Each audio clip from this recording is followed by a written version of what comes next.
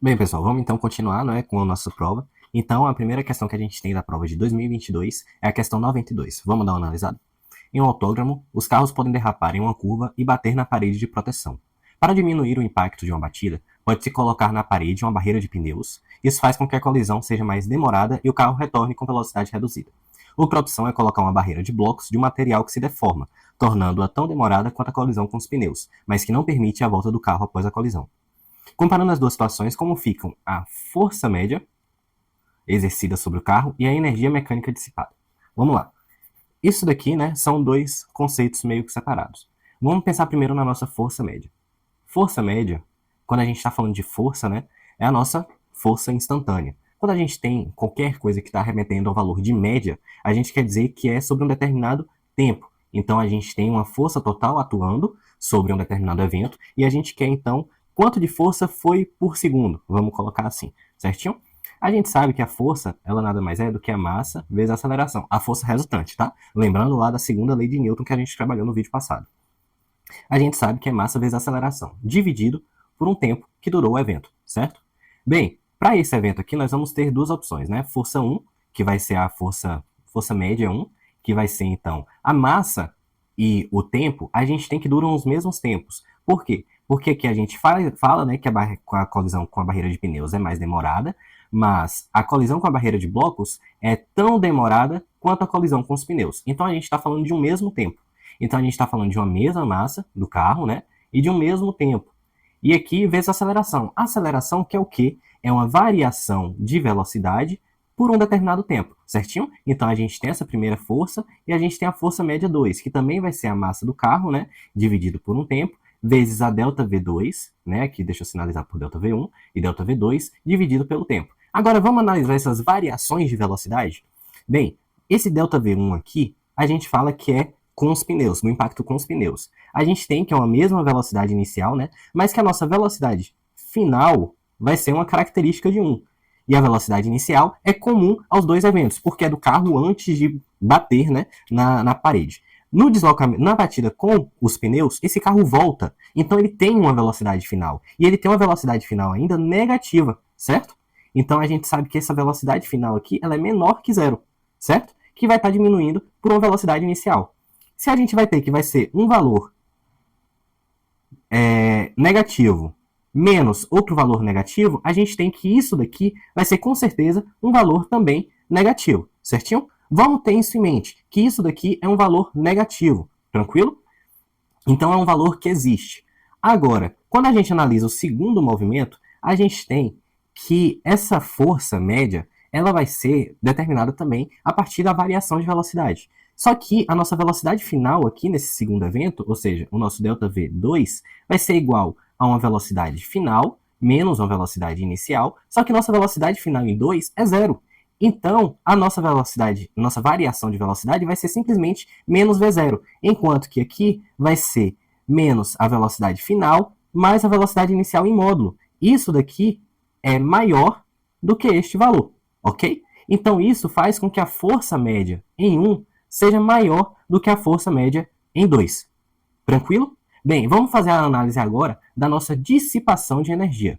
Vamos dar uma analisada? Bem, o que a gente está tendo de energia aqui, né? Em outra questão, eu já comentei sobre a energia, e a gente, reforçando, né? A gente tem duas formas principais de energia na mecânica, que é a energia potencial e a energia cinética. A energia potencial é aquela energia que a gente pode dizer que está se acumulando. Então a gente pode dizer de uma força, de uma energia gravitacional, a gente pode dizer de uma energia elástica, e a gente tem a energia cinética, que é a energia atrelada ao movimento, que é a energia que esse carro está tendo aqui. Ele tem um valor de energia cinética, certo? Então a energia inicial nesse sistema é igual à energia cinética do carro, que vai ser igual a mv quadrado sobre 2, certinho? Agora vamos analisar a situação final em cada uma das situações. A gente tem que a situação inicial, final da situação 1, que é a colisão com os pneus, a gente tem que a gente ainda vai ter uma energia cinética, certo? Final do carro, e a gente vai ter uma energia que foi dissipada. Certinho? E na energia final 2, a gente tem que o carro ele fica parado, estático, na barreira, e então toda a energia que ele tinha foi dissipada, certo? Então, vamos ver aqui agora onde a energia dissipada foi maior. Bem, a gente tem que na situação 1, lembrando, gente, aqui atuando mais uma vez o princípio da conservação de energia, que é um conceito muito importante para a física. Ou seja, a mesma quantidade de energia que tem na situação inicial tem que ter também na situação final, porque a gente, quer dizer, aqui a gente está lidando com a dissipação de energia, mas a gente já está incluindo essa dissipação de energia na nossa equação. Percebam que ali a energia está sendo conservada justamente porque eu já estou levando em consideração essa energia que está sendo dissipada. Então a energia na situação final é igual à energia na situação inicial. Por quê? Mas aqui eu estou levando em consideração essa dissipação. Então aqui na situação 1, a gente tem que toda energia cinética, ela é igual à energia final cinética, né?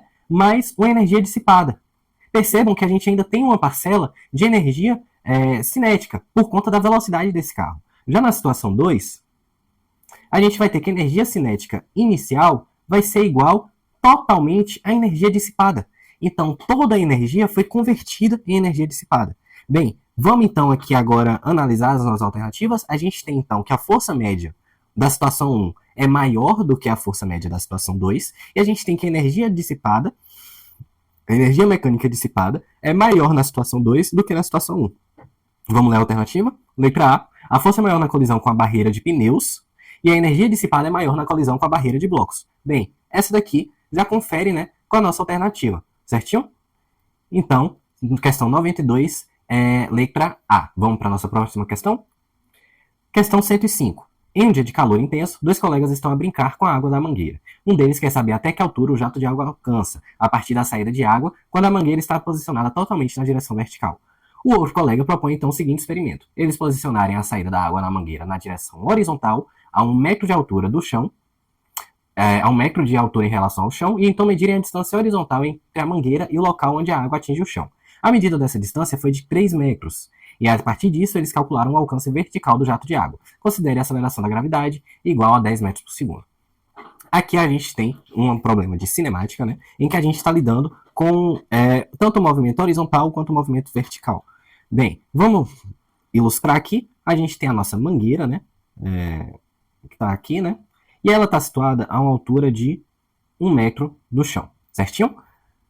Quando eles começam o experimento, eles soltam esse jato de água e essa água ela vai cair a uma distância de 3 metros de onde foi posicionado, certo? Pois bem, vamos analisar agora essa questão. A gente tem que, quando a gente está lidando com esse problema, a gente tem que sempre considerar os eixos de maneira separada. Então, a gente vai ter um movimento. Vou colocar aqui, tá? Essa bolinha. Vamos supor que é uma parte da água.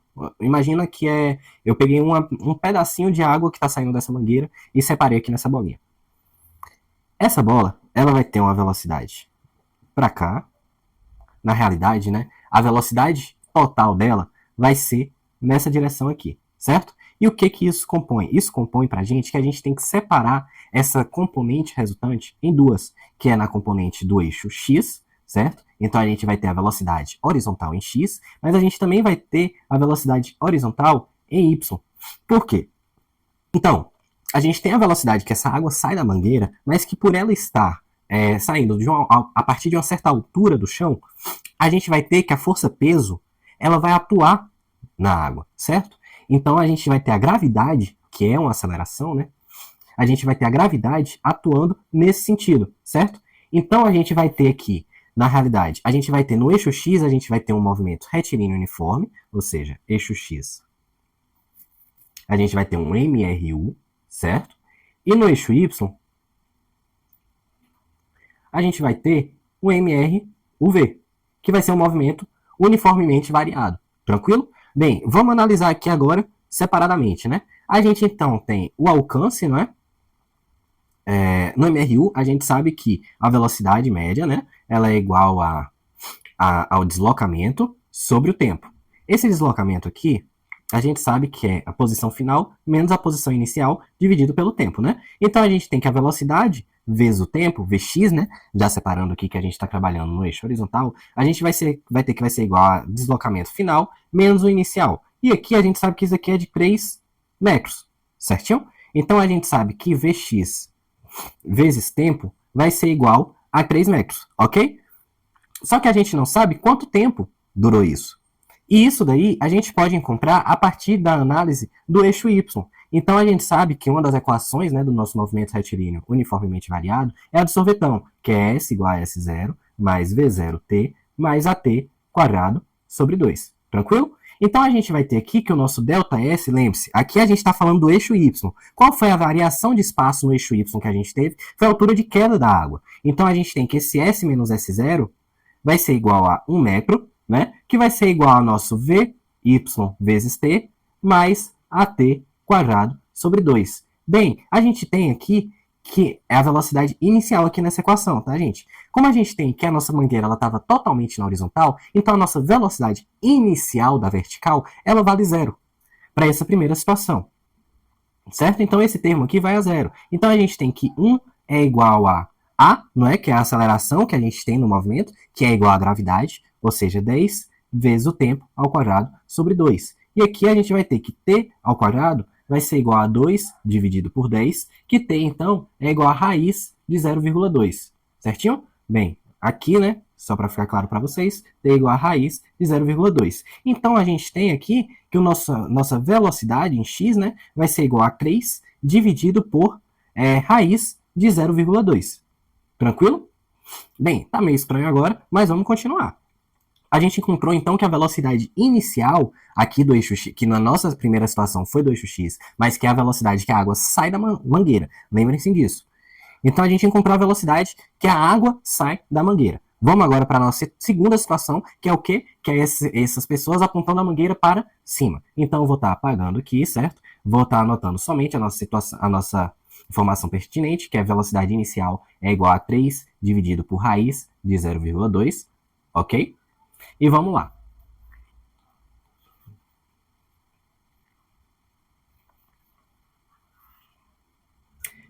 Bem, agora vamos encontrar o que, né? A gente tem que encontrar qual a altura que esse jato de água alcança. Então aqui a gente só vai ter um movimento vertical, né?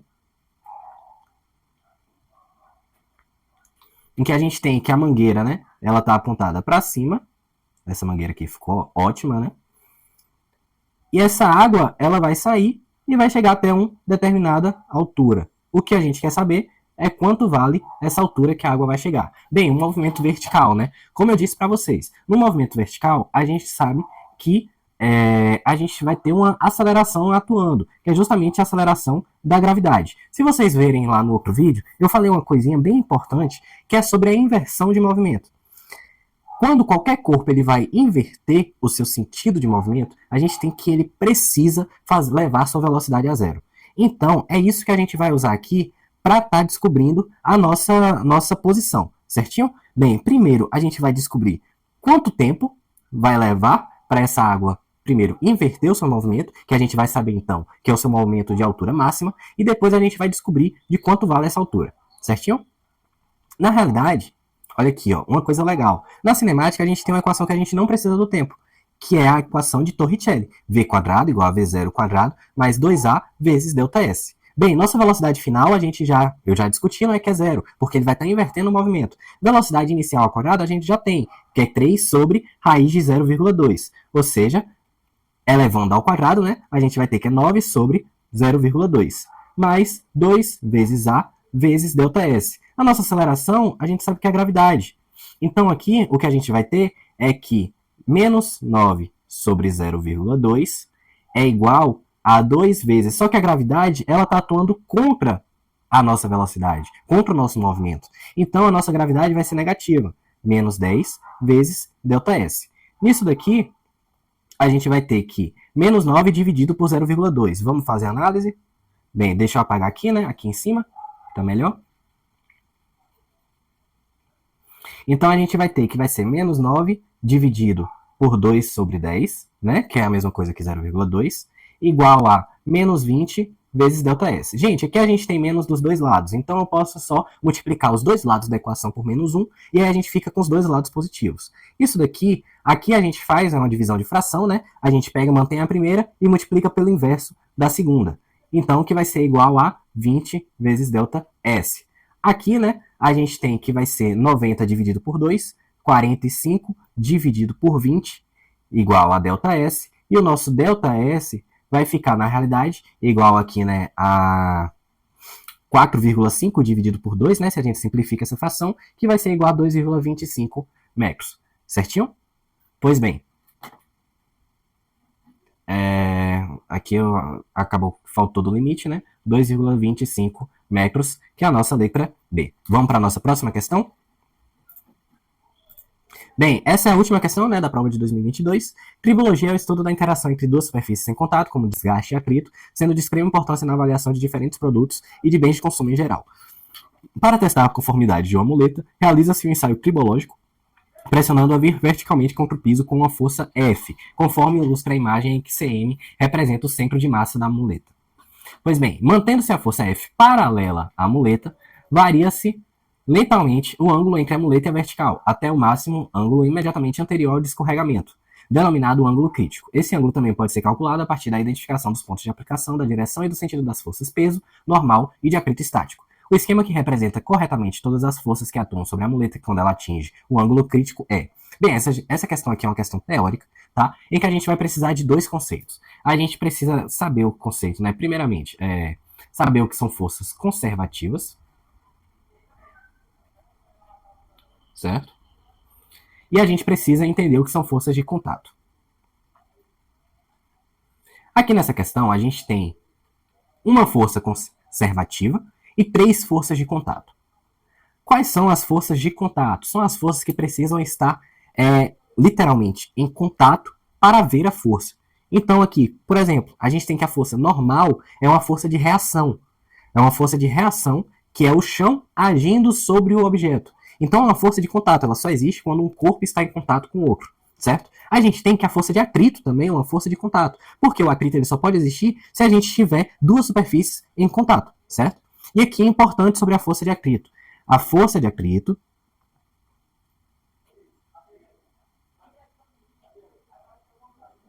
sempre atua contra o movimento.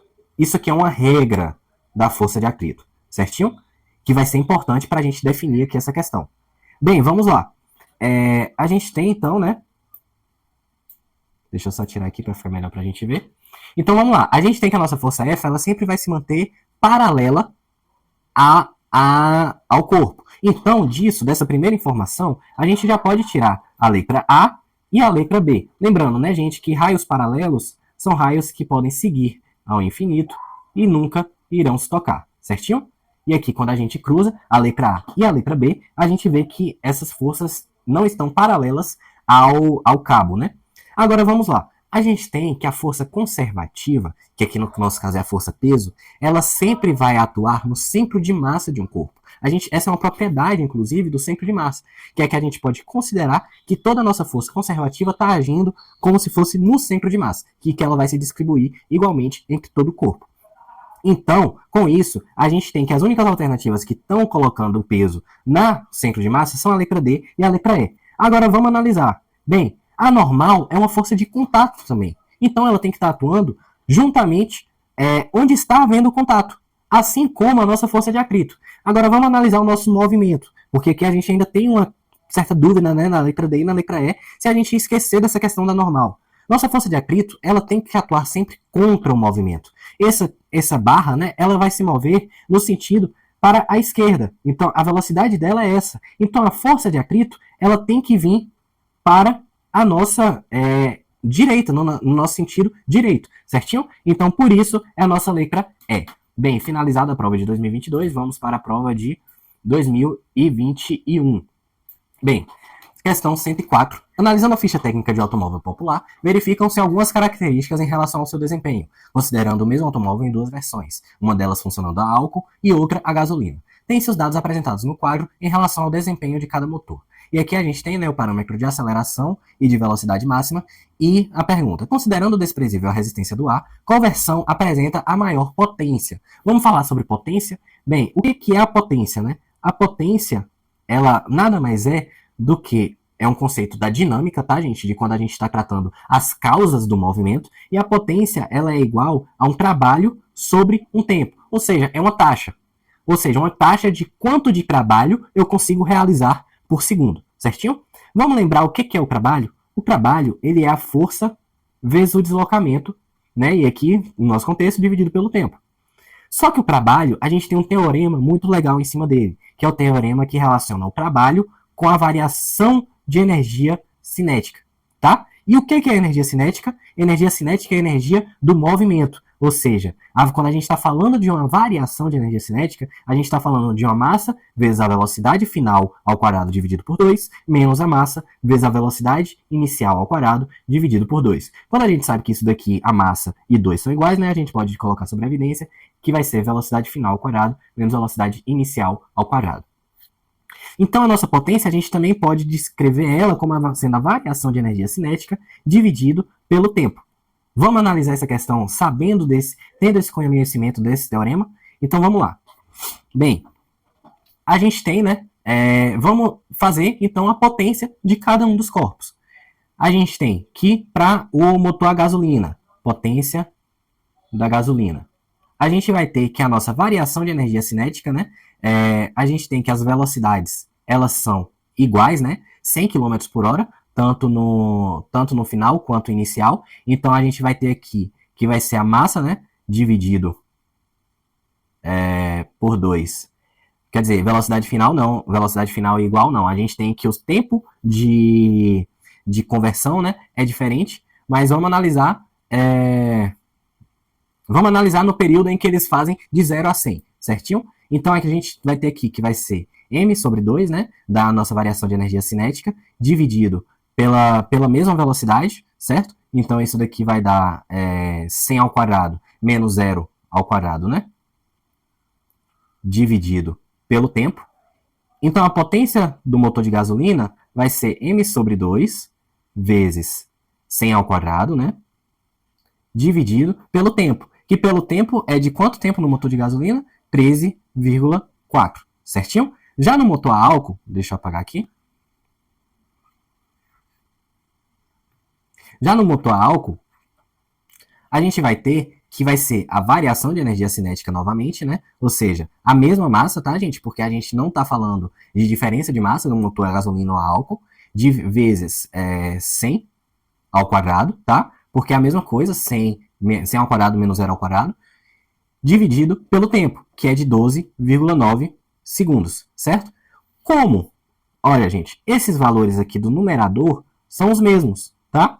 Percebam isso. Então, o que determina vai ser o tempo em que vai acontecer determinado evento. Então, como a gente tem um tempo menor, ou seja, o tempo do álcool é menor do que o tempo da gasolina, isso gera uma potência no álcool maior do que uma potência no motor com gasolina. Então aqui vamos ver qual é a alternativa que corresponde. Como a versão a gasolina consegue a maior aceleração, essa aqui desenvolve maior potência, errado.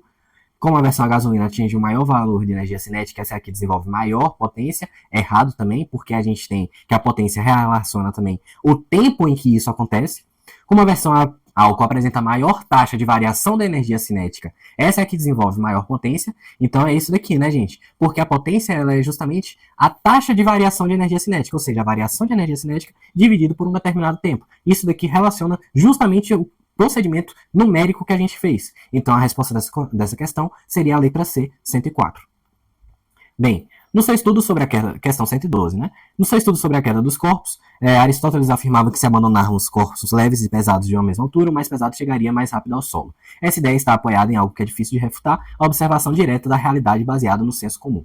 Após uma aula de física, dois colegas estavam discutindo sobre a queda dos corpos e um tentava convencer o outro que tinha razão.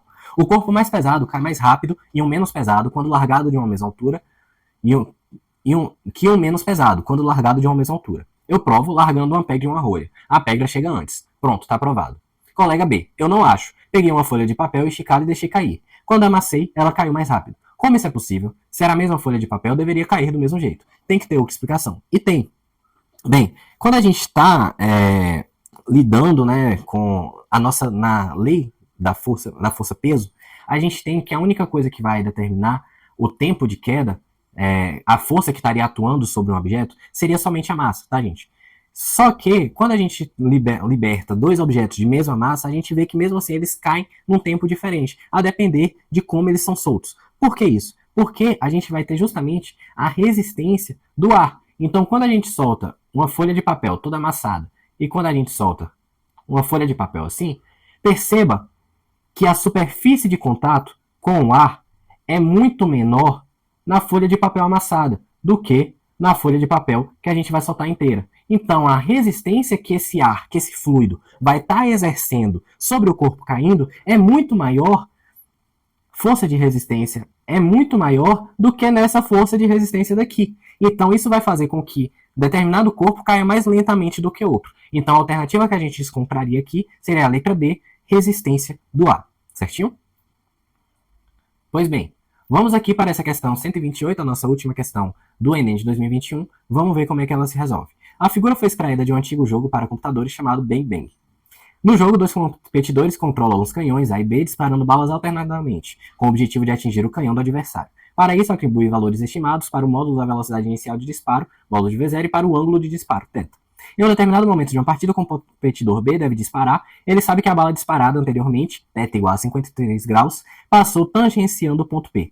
No jogo, o módulo de G é igual a 10 metros por segundo, aí ele dá informações sobre o ângulo, né? Com base nas distâncias dadas e mantendo o último ângulo de disparo, qual deveria ser aproximadamente o menor valor de V0 que permitiria ao disparo efetuado pelo canhão B atingir o canhão A. Bem, gente, aqui a gente vem para aquela mesma situação, né, em que eu estava tratando de um movimento que a gente vai ter um movimento no formato de parábola, né? Então a gente vai ter que o canhão vai estar disparando para atingir outro ponto. Aqui deixa eu colocar o canhão B, né? Aqui o canhão A. E a gente tem que essa altura de A a B, ela vai ser igual a 35 metros, enquanto que a distância de B até A vai ser igual a 120 metros, certinho? Bem, aqui, né, como eu disse, a nossa velocidade, que essa bala de canhão vai sair, né, ela tá com a resultante nesse formato. Só que aí a gente tem que dividir esse movimento, né, velocidade resultante, a gente divide esse movimento com a velocidade horizontal e com a velocidade vertical. Em que, na horizontal, a gente considera um movimento retilíneo uniforme e na vertical a gente considera um movimento retilíneo uniformemente variado. Perfeito? Por que isso? Porque na vertical, lembre-se que a gente tem a aceleração da gravidade que vai estar modificando o comportamento do movimento. Tranquilo? Bem, então aqui, né, no movimento V horizontal, que a gente tem a distância, a gente está tratando de um movimento retilíneo uniforme. Então a gente sabe que a velocidade é igual... velocidade não, desculpa. A gente sabe que o espaço final é igual ao espaço inicial mais a velocidade vezes o tempo, certinho? A gente não sabe que é essa velocidade inicial, mas a gente sabe que a gente sabe a gente quer encontrar esse valor de velocidade, né? Mas a gente sabe quanto vale o nosso ângulo. Então, com isso, a gente pode encontrar essa velocidade do eixo X. Bem, aqui o nosso espaço final, né? Ele vai ser de 120, nosso inicial vai ser 0, mais a nossa velocidade no eixo X, que vai ser igual a quem? Gente, aqui a gente tem que lembrar das nossas propriedades de triângulo retângulo, tá? Em que aqui a nossa velocidade resultante, ela vai ser a nossa hipotenusa, a gente vai ter que a velocidade x vai ser a nossa velocidade horizontal, o nosso cateto, e a nossa velocidade y vai ser outro cateto. Certo? Disso daqui, a gente tem as propriedades que a gente pode relacionar com os ângulos que a gente tem. Eu gosto muito de fazer um trocadilho, né? Que é como? Deixa eu até apagar aqui. Có, K, Có, K, e aí eu venho hip, hip. Cocar, cocar, hip, hip. Foi o que me ajudou a recordar, na realidade, dessas relações, né, de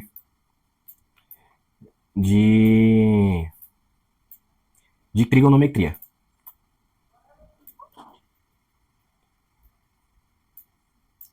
Deixa eu só modificar aqui, né?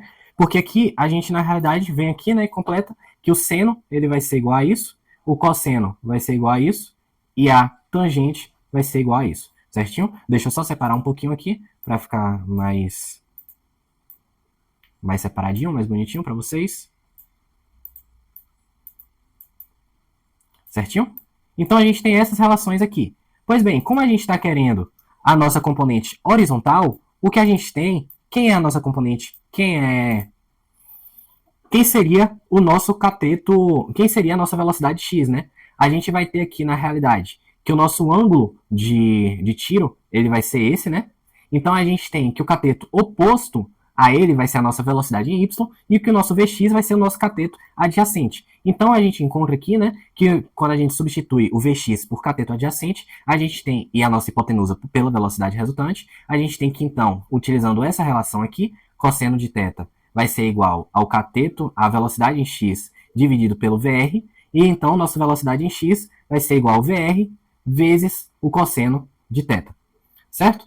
Então, nisso daqui a gente substitui, que então vai ser igual a Vx vezes cosseno θ vezes o tempo. Em cosseno de θ, a gente sabe que é o cosseno de 53, que é 0,6. Então, 120 é igual a nossa velocidade em x, né, que a gente não sabe, vezes o tempo, vezes 0,6. E nosso Vx vezes o t vai ser igual a 120 dividido por 0,6, que isso daqui é igual a 200. Certinho? Pois bem, vamos lá. Agora, né, deixa eu apagar aqui essa equação e trazer somente esse resultado com a gente, que Vxt é igual a 200. Perfeito? Então aqui, né, a gente tem que Vx não, VR, né, porque a gente já encontrou o Vx, que é justamente nossa velocidade resultante, vezes o cosseno. VR vezes t é igual a 200. Agora vamos analisar o nosso movimento vertical. Bem, no nosso movimento vertical a gente tem um movimento retilíneo uniformemente variado. Então a gente vai analisar aqui, né, com a equação de sorvetão. S igual a S0 mais V0t mais AT quadrado sobre 2. V0y, né? Então aqui, S, que aqui vai ser a nossa diferença de altura, né? Deixa eu até consertar aqui que minha parábola ela se desfez ali no processo que eu estava apagando. Então S vai ser nosso processo de altura, que é igual a 35, igual a S0, que vai ser 0, mais V0y. Gente, no mesmo raciocínio que V0x foi o cateto adjacente, no meu V0y ele vai ser o cateto oposto desse ângulo de lançamento, porque justamente ele está aqui, né, oposto, ele está na frente do nosso ângulo de lançamento.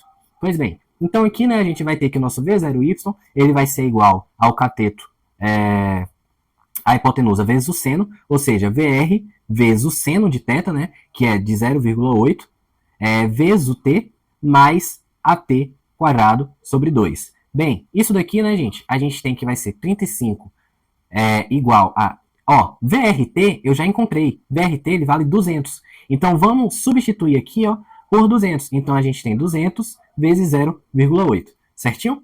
Bem, gente, eu vou estar apagando essa parte aqui de baixo, tá? Só para a gente poder liberar mais espaço para a solução. Apaguei ali, mas eu já refaço. 200, então, né, vezes 0,8 mais AT quadrado sobre 2. Então aqui, nosso 35, né, menos 200 vezes 0,8, que vai ser igual a... Ó, aqui a gente tem aceleração. Nossa aceleração, ela novamente vai estar atuando contra o movimento, porque essa bala de canhão ela tem que subir, mas a aceleração ela está para baixo. Então a nossa aceleração da gravidade ela vai ser negativa, né? Menos 10 sobre 2 vezes t ao quadrado. 200 vezes 0,8. Vamos ver quanto é que dá isso? Bem, 0,8 de 100 vai ser 80. De 200 vai ser 160. Menos 160, né? Isso daqui eu posso multiplicar por 2, né? Que vai ser igual a menos 10t quadrado. Certinho? Então aqui, 35 menos 160 vai dar menos 125, né? Vezes 2, dividido por menos 10, que vai ser igual a t ao quadrado. Certinho? Pois bem, quando a gente tem isso daqui, 125 dividido por 10 vai dar 12,5 vezes 2, 25, igual a t quadrado. Então t vai ser igual a 5 segundos. Bem, agora vamos lembrar dessa outra relação aqui. Nosso VRT ele é igual a 200. Tempo é igual a 5 segundos. Então, VR vezes 5 igual a 200. VR igual a 200 dividido por 5, né? Que vai dar 40 metros por segundo, letra C. E com isso a gente finaliza a prova de 2021. Vamos para a questão 108 agora, primeira questão de 2020.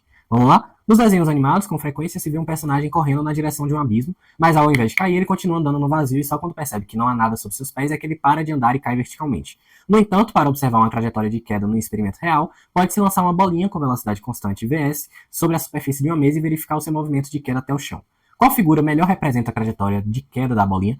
Bem, essa questão aqui parece muito com a questão da mangueira, né? Quando a gente tem um corpo aqui que está caindo para o desconhecido, ele vai ter uma velocidade inicial em x, né? Só que a gravidade, ela também vai fazer acontecer uma velocidade em y. E essa trajetória, ela se torna mais ou menos dessa forma. E a alternativa que mais se aproxima é a letra D. Tranquilo? Bem, questão 122. Você foi contratado para sincronizar os 4 semáforos de uma avenida indicados pela letra O, A, B e C, conforme a figura. Os semáforos estão separados por uma distância de 500 metros. Segundo os dados estatísticos da companhia controladora de trânsito, um veículo que está inicialmente parado no semáforo O, tipicamente parte com aceleração constante de 1 metro por segundo até atingir a velocidade de 72 km por hora, e a partir daí prossegue com velocidade constante. Você deve ajustar os semáforos A, B e C, de modo que eles mudem para a cor verde quando o veículo estiver a 100 metros de cruzá-los, para que ele não tenha que reduzir a velocidade em nenhum momento.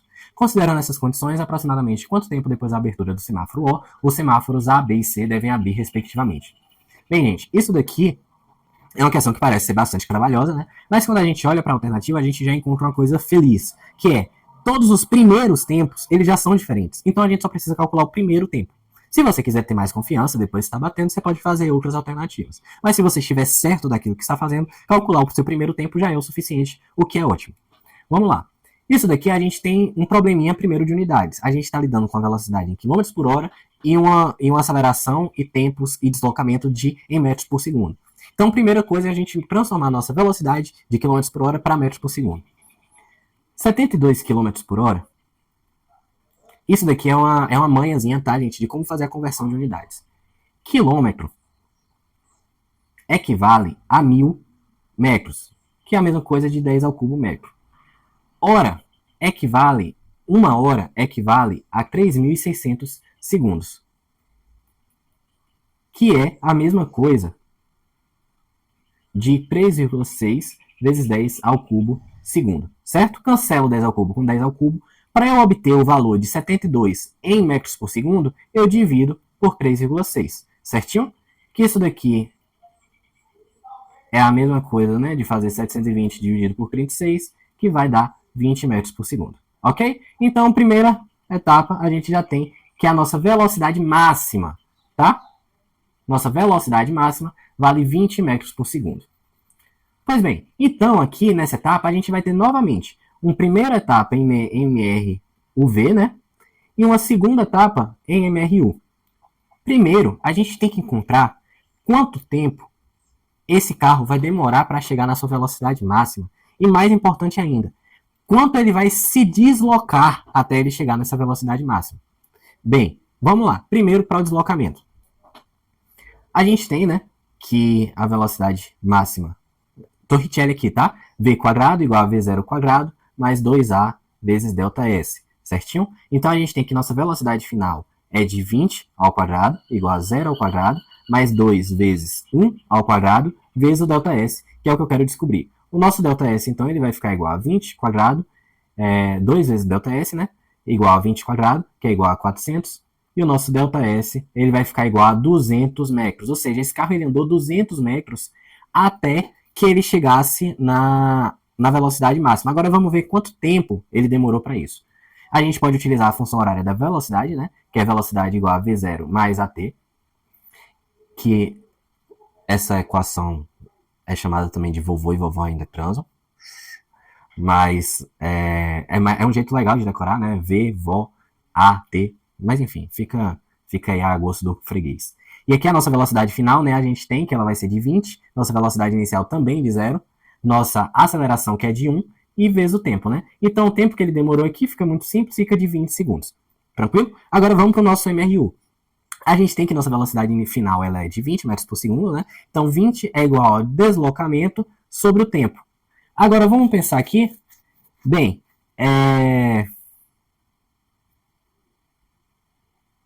a gente tem, né, que ele percorreu 200 metros, não é?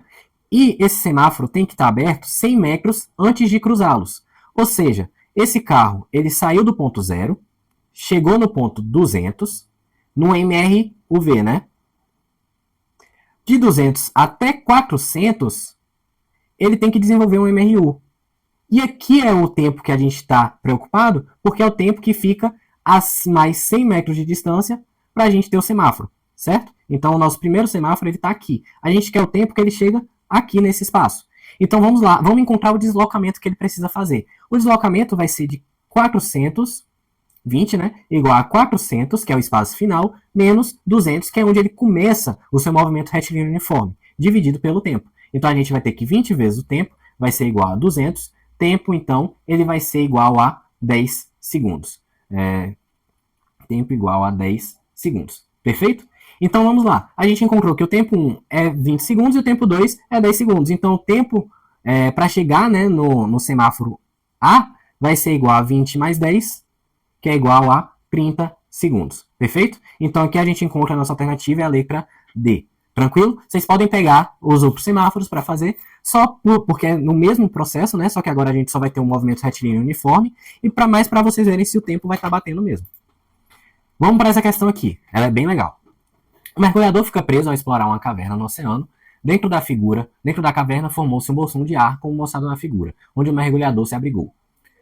E aí a gente tem, né, o deslocamento, tararau. Durante o resgate, para evitar danos a seu organismo, foi necessário que o mergulhador passasse por um processo de descompressão antes de retornar à superfície, para que seu corpo ficasse novamente sob pressão atmosférica.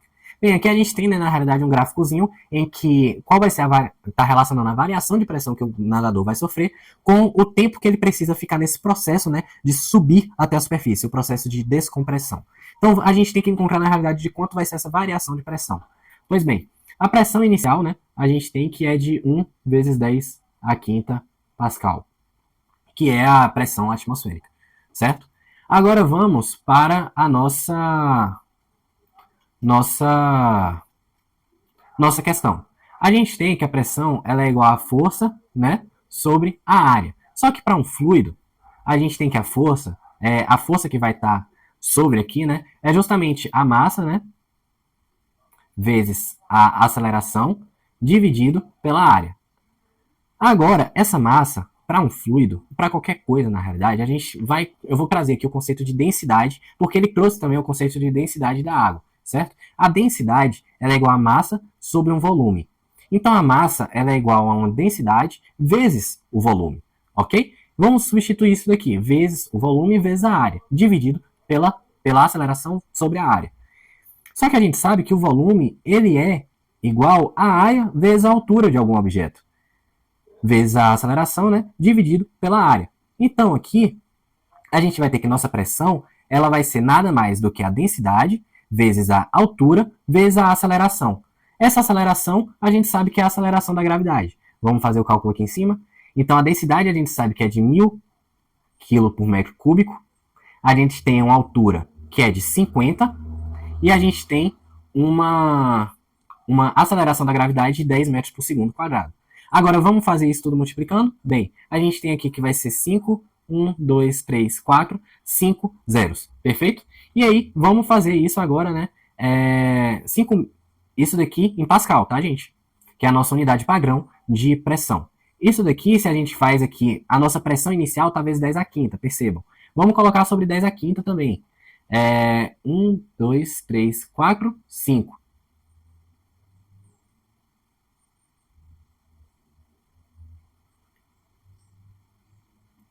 Então, isso daqui é a mesma coisa de 5 vezes 10 a quinta Pascal. Mas percebam que aqui nesse gráfico, a gente está lidando com a variação de pressão em quilopascal. Ou seja, a gente está lidando com a variação de pressão em 10 a terceira Pascal. Vamos ver como é que fica essa variação de pressão? Pois bem, a gente tem, né, então, que nosso ΔP ele vai ser igual a 5 vezes 10 a quinta menos 1 vezes 10 a quinta. Que isso daqui vai ser igual a 4 vezes 10 a quinta. 5 não, desculpa, porque aqui a gente tem ainda, né, a gente não exclui a pressão atmosférica, a gente soma. Então vai ser 6, esse 5 vezes 10 a quinta é a pressão da água. A gente ainda tem que somar com a pressão atmosférica. Então isso aqui vai levar a gente para uma variação de pressão de 5 vezes 10 a quinta, que equivale a 500 vezes 10 ao cubo, tá? Pascal. Então isso daqui agora a gente ficou com essa unidade em quilopascal.